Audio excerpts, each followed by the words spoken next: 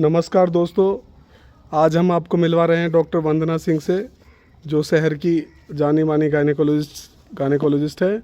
इनसे हम जानेंगे कि नॉर्मल जो प्रेगनेंसी होती है उसमें कौन कौन से बातों का ध्यान हमें रखना चाहिए और कौन कौन सी बातों का ध्यान परिवार वालों को रखना चाहिए, क्या क्या खतरे होते हैं, किस तरह से उन खतरों से मतलब उनका इलाज करा जाए या उनसे बचा जाए।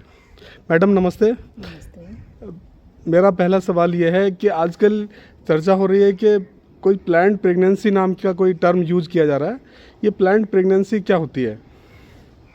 जैसा कि इस क्षेत्र में प्रेगनेंसी वाली चीज़ों के बारे में नॉर्मल लोगों को भी काफ़ी जानकारी हो चुकी है, तो कुछ लोग इस तरह से करते हैं जैसे शादी के 1 साल बाद या शादी के 2 साल बाद या शादी के 3 साल बाद प्रेगनेंसी प्लान करते हैं। उसके लिए कुछ लोगों को ओव्यूलेशन पीरियड, मेंस्ट्रुअल पीरियड, इन सभी चीज़ों की जानकारी है। तो इस हिसाब से कब फर्टिलाइजेशन है, कब ओव्यूलेशन इंडक्शन कराना है या इनफर्टिलिटी के केसेस हैं, तो ये लोग प्रेगनेंसी प्लान करते हैं। मैडम इसमें क्या इस चीज़ का भी कोई रोल होता है? जैसे नई शादी होती हैं तो बच्चे का लालन पालन पोषण करने के लिए जो नए दंपति होते हैं उसको अपने आप को उसके लिए तैयार करते हैं, क्योंकि बच्चे का जन्म भी एक तरह से बहुत ही ध्यान रखने वाली एक वस्तु, एक चीज़ होती है। हाँ, इसी चीज़ के ध्यान के लिए है कि जैसे जो न्यू कपल हो रहे हैं आजकल, तो पहले तो वो अपनी टाइम पीरियड को अपने आप को समझते हैं, मेंटली प्रिपेयर होते हैं एक्चुअली, फैमिली के अकॉर्डिंग भी और आपस के लिए भी, तो जिससे वो बच्चे के बारे में सारी चीज़ें जान सके कि कैसे उसके आगे ट्रीटमेंट रखना है, कैसे वो बच्चा पैदा होगा तो उसकी केयर रखनी है, किस तरह से डॉक्टर से मिलना है और किस स्टेज में हमें प्रेगनेंसी प्लान करके बच्चा करने में मेंटली प्रिपेयर रहेंगे। ठीक मैडम, अगला सवाल आपसे ये है कि सपोज़ करो पता चल जाए कि प्रेगनेंसी हो गई है, तो उस कंडीशन में महिला को क्या ध्यान रखना चाहिए और महिला के जो परिवार वाले हैं जैसे कि ससुराल वाले, उसके पति हो गए या परिवार के अन्य सदस्य हैं, उनको किन किन चीज़ों का ध्यान रखना चाहिए?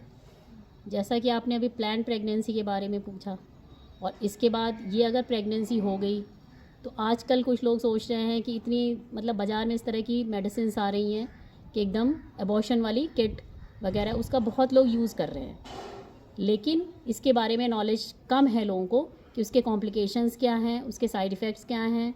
तो इसके लिए अगर किसी वजह से पहले तो प्रेगनेंसी हो गई तो सबसे पहले आपको अपने गायनेकोलॉजिस्ट ऑब्स्टेट्रिशियन से मिलना चाहिए और उसके बारे में आपको सही जानकारी लेना चाहिए कि अगर प्रेगनेंसी हो गई है तो हम इसे कंटिन्यू कर सकें, और अगर हमें उसे कंटिन्यू नहीं करना है तो उसका सही तरीका क्या है। सपोज करो मैडम कंटिन्यू करना, तो महिला को किन किन चीज़ों का ध्यान रखना चाहिए? हाँ, बिल्कुल मैं बता रही हूँ। अगर प्रेगनेंसी कंटिन्यू करनी है, प्रेगनेंसी आगे चलानी है, तो इसके लिए सबसे पहले तो कंफर्म करना होगा कि हमारा टाइम पीरियड क्या है, मतलब हमारे प्रेगनेंसी को कितने वीक्स हो चुके हैं। तो सबसे पहले इसके लिए आप अपने गायनेकोलॉजिस्ट से मिलें और वो जैसा भी सजेस्ट करें, अल्ट्रासाउंड है, ब्लड इन्वेस्टिगेशन है, कॉम्प्लिकेटेड इन्वेस्टिगेशंस जो होते हैं वो कराना चाहेंगी, किस हिसाब से पेशेंट किस फेज़ में जा रहा है उसी हिसाब से जहाँ पहले अल्ट्रासाउंड और जांचें हो जाएंगी। उसके बाद डॉक्टर आपको सजेस्ट करेंगे कि आगे आपको कब कब विजिट करनी है, कब कब जांचें करानी है, कब कब अल्ट्रासाउंड करानी है। और मैडम परिवार वालों को क्या ध्यान रखना चाहिए? और सबसे पहले तो परिवार वालों को पेशेंट के मेंटल हेल्थ का बहुत ध्यान रखना होगा, जी ताकि उसे केयर दे सकें। अगर प्रेगनेंसी हो गई है, वो नहीं चाहती थी किसी वजह से, लेकिन उसको मेंटल सपोर्ट दे, और फिजिकल सपोर्ट तो देना ही है, लेकिन साथ में मेंटल सपोर्ट बहुत ज़रूरी है हस्बैंड की और परिवार वालों की।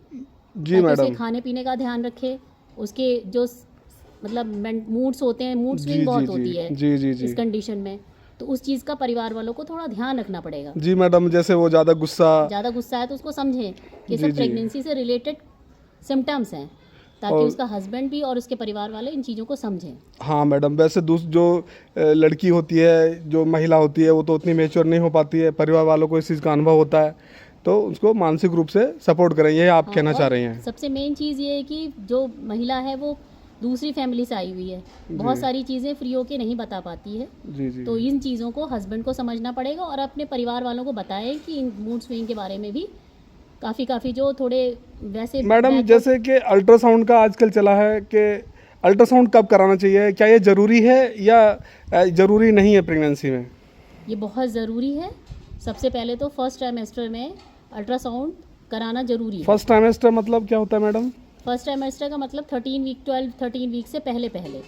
इसका आजकल लोग है, जैसे बच्चे का मेन क्या होता है कि इसमें जो अल्ट्रासाउंड से प्रेगनेंसी हो गई, आजकल बहुत सारे केसेस ऐसे आ रहे हैं जिसमें क्या होता है, पेशेंट को पता तो है प्रेगनेंसी है, मतलब पेशेंट ओवरड्यू हो गई, बट मतलब उसे सही नॉलेज नहीं है कि वो कितने दिन प्रेग्नेंट है।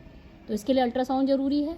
और जैसे कि 8 वीक्स 6 वीक्स टू 8 वीक्स में बच्चे की फीटल हार्ट आ जाती है, उसके लिए भी अल्ट्रासाउंड ज़रूरी होता है अच्छा मैडम। कि डेट के अकॉर्डिंग बच्चे की ग्रोथ चल रही है। मैडम आजकल ये देखा जा रहा है कि महिला का समय पूरा हो गया, वो डॉक्टर को दिखाने गई और उसको कुछ भी समझा के नॉर्मल डिलीवरी के लिए मना कर दिया जाता है और ऑपरेशन के लिए सलाह दे दी जाती है। मैडम मेरा सवाल ये है कि महिला कैसे जान सकती है कि उसको नॉर्मल डिलीवरी हो सकती है, और नॉर्मल डिलीवरी के कौन कौन से ऐसे लक्षण हो सकते हैं कि महिला या उसका परिवार जान सके कि हाँ ये नॉर्मल डिलीवरी इसमें संभव है? हाँ, ये सवाल बहुत सही है और ये आम आदमी को इसकी जानकारी होनी बहुत ज़रूरी है। सबसे पहला तो मेरा ये कहना है कि जो महिला और उसकी फैमिली वाले हैं, हमेशा एक जाने माने डॉक्टर पहले उनके पास जाएं। ऐसे नहीं कि किसी को कभी दिखा लिया, किसी पे दाई को दिखा लिया या चेकअप करा लिया, सारे अपने इन्वेस्टिगेशन के मतलब जिस डॉक्टर के फॉलोअप में है लगातार उसी को दिखाती रहे, पास जाएं, एक बॉन्ड बन जाता है डॉक्टर और मरीज का। और दूसरी चीज़, बीच बीच में उनसे जानकारी लेते रहे कि हमें किन चीज़ों से कॉम्प्लिकेशन हो सकते हैं, मतलब कौन सी चीज़ें हैं जो हमें कॉम्प्लिकेटेड प्रेगनेंसी की तरफ ले जाती हैं। जैसे सबसे मेन कॉमन भारत में एनीमिया की प्रॉब्लम है, खून की कमी, जो ज़्यादातर पेशेंट्स में 90% पेशेंट्स में पाई गई। इसके बारे में लोग कहते हैं अरे ये खिला दिया, वो कर लेंगे, हम कर देंगे, लेकिन नहीं, रूटीन चेकअप होना चाहिए। आपकी हीमोग्लोबिन का चेकअप हर महीने ज़रूरी है ताकि आप उससे अपने हीमोग्लोबिन को सही लेवल पे रखें। दूसरी चीज़ जो कॉमन इस टाइम आ रही है, प्रेगनेंसी इंड्यूस्ड हाइपरटेंशन। PIH के पेशेंट जो हो रहे हैं, जिन्हें पता नहीं रहता, अरे BP हाई हो गया कोई बात नहीं, जब साथ वाले कहते हैं हॉस्पिटल में आने से पेशेंट का ब्लड प्रेशर बढ़ गया, इससे पहले तो बिल्कुल ठीक था, लेकिन ऐसा नहीं होता। आप जिस डॉक्टर के फॉलोअप में हैं उन्हें बराबर दिखाते रहिए और ब्लड प्रेशर हाई ना हो उसके लिए दवाइयाँ चलवाइए, और क्या चीज़ें डाइट में लेनी चाहिए उनका पूरा ध्यान रखिए। जी मैडम धन्यवाद। मतलब हम अपने डॉक्टर से ये जान सकते हैं कि हमारा ऑपरेशन किस वजह से किया जा रहा है। ऑपरेशन के साइन करने से पहले या आपको परमिशन देने से पहले आपको पूरी नॉलेज होनी चाहिए कि आपका ऑपरेशन किस वजह से होने जा रहा है। अगर कोई कॉम्प्लिकेटेड प्रेगनेंसी है तो ही आप ऑपरेशन कराएं, वरना आपको पूरी अधिकार है कि आप अपने डॉक्टर से पूछें कि हमारी नॉर्मल डिलीवरी क्यों नहीं हो रही है। मैडम एक सवाल और है, जैसे कि आमतौर पे जो गांव के लोग होते हैं, परिवार के लोग होते हैं, नॉर्मल डिलीवरी हो या ऑपरेशन के द्वारा डिलीवरी हो, तो उसमें बच्चे को दूध पिलाने में कई दिन का समय लगा देते हैं कि अभी दूध साफ़ नहीं है, दूध गंदा है, बच्चे को नुकसान पहुंचा देगा। तो इसका क्या राय है आपका क्या विचार है? कितने समय बाद एक महिला डिलीवरी होने के बाद या ऑपरेशन के बाद कितने समय बाद दूध पिला सकती है अपने बच्चे को? महिला डिलीवरी के तुरंत बाद बच्चे को दूध पिला सकती है, चाहे वो नॉर्मल डिलीवरी हो चाहे वो ऑपरेशन हो। आजकल गाँव में ये धारणा बनी है किसी वजह से, किसी के बहुत सारे गर्भपात यानी एबॉर्शंस हुए हैं, हैबिचुअल एबॉर्शंस, तो कोई कहते हैं सूखने की बीमारी है, बच्चे को दूध नहीं पिलाना है, माँ को इस तरह की बीमारी है, बच्चे को लग जाएगी।